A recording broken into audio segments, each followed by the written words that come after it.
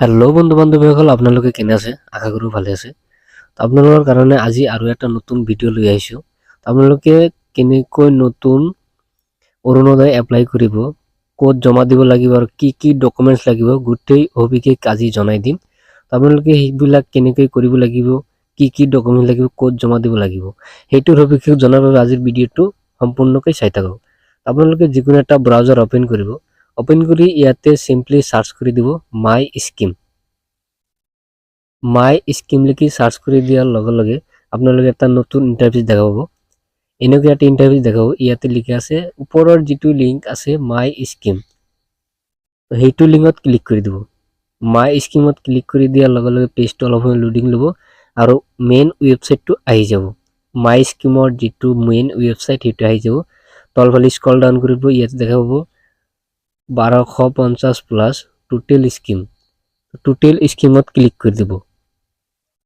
এইটোত ক্লিক কৰি দিয়াৰ লগে লগে যিমান কেইটা স্কিম আছে, মাই স্কিমত যিমান কেইটা স্কিম আছে গোটেই কেইটা শো কৰিব। ইয়াতে সাৰ্চ বাটন দেখা পাব আপোনালোকে।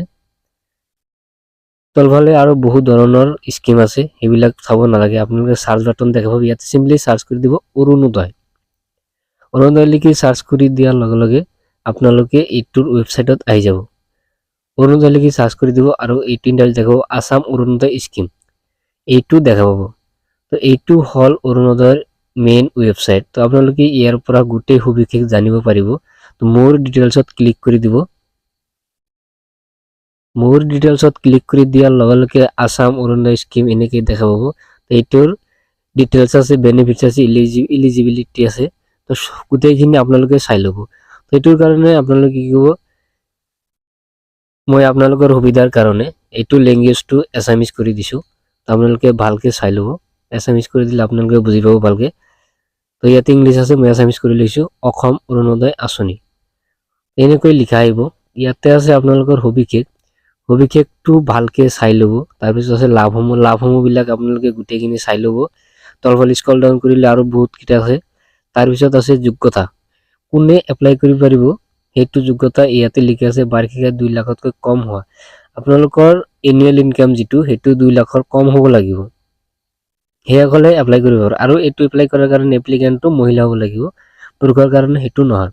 তাৰপিছত আছে আবেদন প্ৰক্ৰিয়া, কেনেদৰে আবেদন কৰিব লাগিব। এইটো কিন্তু আপোনাৰ আবেদনটো অফলাইনত হ'ব, অনলাইন নহ'ব। আপোনালোকে এইটো অফলাইন জমা দিব লাগিব। ইয়াতে ষ্টেপ 1ত আছে, এইখিনি আপোনালোকে চাই ল'ব। ষ্টেপ 2 চাই ল'ব। ষ্টেপ 1ত আছে এই আঁচনিৰ বাবে আবেদন কৰাৰ একমাত্ৰ উপায় হ'ল আবেদন পত্ৰৰ জৰিয়তে। ষ্টেপ 3 আছে, 3টো আপোনালোকে চাই ল'ব। তাৰপিছত আছে আবেদনকাৰীৰ বিৱৰণ, যাৰ নামত এপ্লাই কৰিব তাৰ ইয়াতে ডিটেইলছটো দিব লাগিব।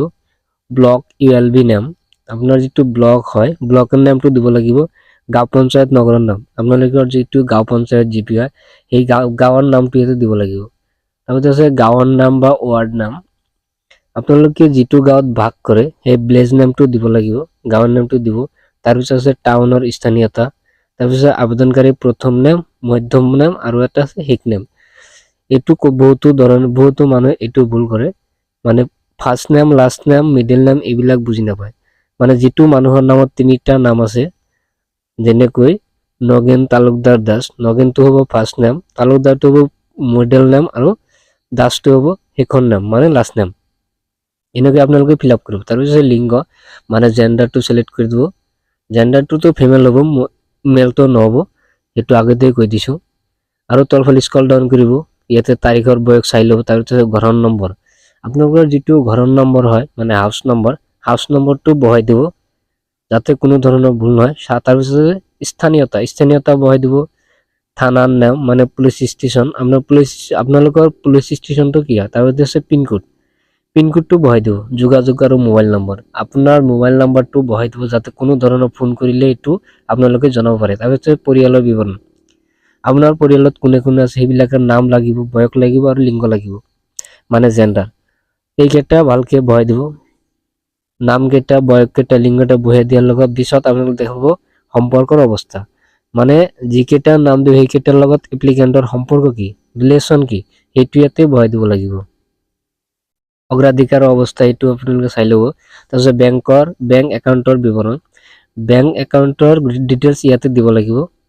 IFSC কোড প্ৰথমতে দিব লাগিব, তাৰপিছত বেংকৰ নাম, IFSC কোডটো দিব লাগিব, বেংকৰ নামটো দিব লাগিব, তাৰপিছত বেংক একাউণ্ট নম্বৰ, আপোনাৰ বেংক একাউণ্টৰ যিটো নম্বৰ হয় নম্বৰটো ইয়াতে বহাই দিব লাগিব।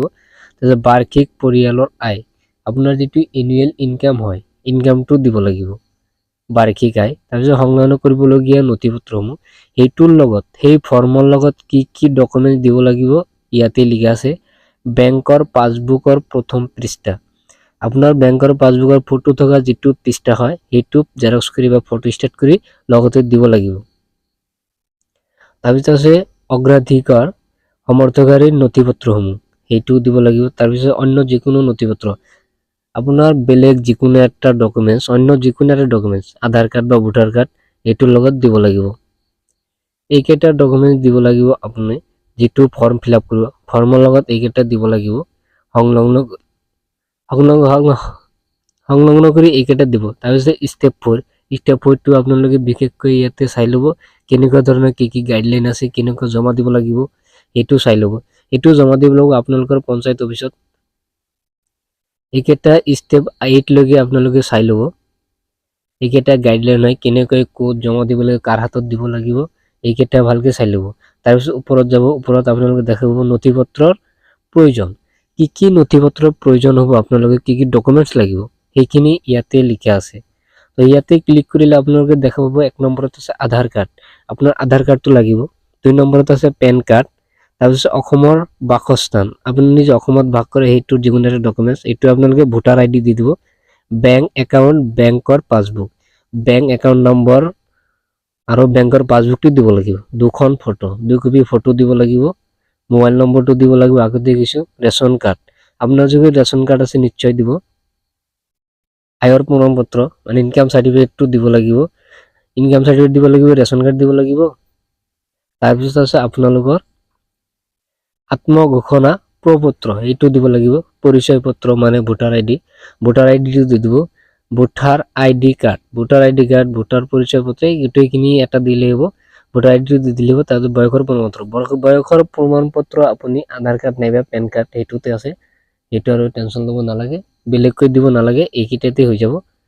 তাৰপিছত আছে আপোনালোকৰ সততে সোধা প্ৰশ্নসমূহ, সেইটো চাই ল'ব কেনেকুৱা ধৰণৰ প্ৰশ্ন, সেইটো ইমান দৰকাৰী নহয়, তথাপি আপোনালোকে চাই ল'ব, যদি কিবা কাৰণে কেতিয়াবা কোনো ধৰণৰ লাগে সেইকাৰণে চাই ল'ব। তাই অসম অৰুণোদয় আঁচনিৰ যিকেইটা প্ৰয়োজনীয় ডকুমেণ্টছ আৰু কি কি লাগিব, কেনেকৈ কৰিব গোটেইখিনি আপোনালোকে জানিলে।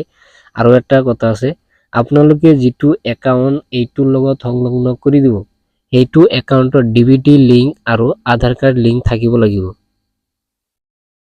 এই দুটা বস্তু নাথাকিলে কিন্তু কোনো ধৰণৰ টকা নোসোমাব। চৰকাৰী টকা পাবলৈ হ'লে একাউণ্টৰ লগত আধাৰ কাৰ্ড আৰু DBT লিংক এই দুটা লাগিবই, এই দুটা বাধ্যতামূলক। আপোনালোকে এই দুটা কৰি ল'ব আগতে, তাৰপিছতহে ফৰ্মখন ফিল আপ কৰিব, এই দুটা আগতেই কৰিব। DBT লিংক আপোনালোকে ডাইৰেক্ট বেংক ট্ৰান্সফাৰ কৰি দিব। এতিয়া মানে কিবা ধৰণৰ কোনো ধৰণৰ যদি চৰকাৰী টকা পইচা আপোনালোকৰ একাউণ্টত সোমাই দিয়ে তেনেহ'লে আধাৰ কাৰ্ডটো সোমাই দিয়ে, সেইকাৰণে আধাৰ কাৰ্ডটো লিংক থাকিব লাগিব বেংকৰ লগত। আপোনালোকে নিশ্চয় ভিডিঅ'টো চালে, ভিডিঅ'টো আপোনালোকে নিশ্চয় ভাল পালে। ভিডিঅ'টো যদি ভাল পালে তেতিয়াহ'লে নিশ্চয় ছাবস্ক্ৰাইব কৰি দিব, কাষত থকা বেল আইকনটো বজাই দিব, আৰু যিমান পাৰে আপোনালোকে যিমান পাৰে বেছিকৈ শ্বেয়াৰ কৰিব, যাতে বহুতো ধৰণৰ নতুন স্কিম আহিলে আপোনালোকে জানিব পাৰে। সেইকাৰণে ভিডিঅ'টো ছাবস্ক্ৰাইব কৰি ৰাখিব পৰৱৰ্তী ভিডিঅ' চোৱাৰ কাৰণে।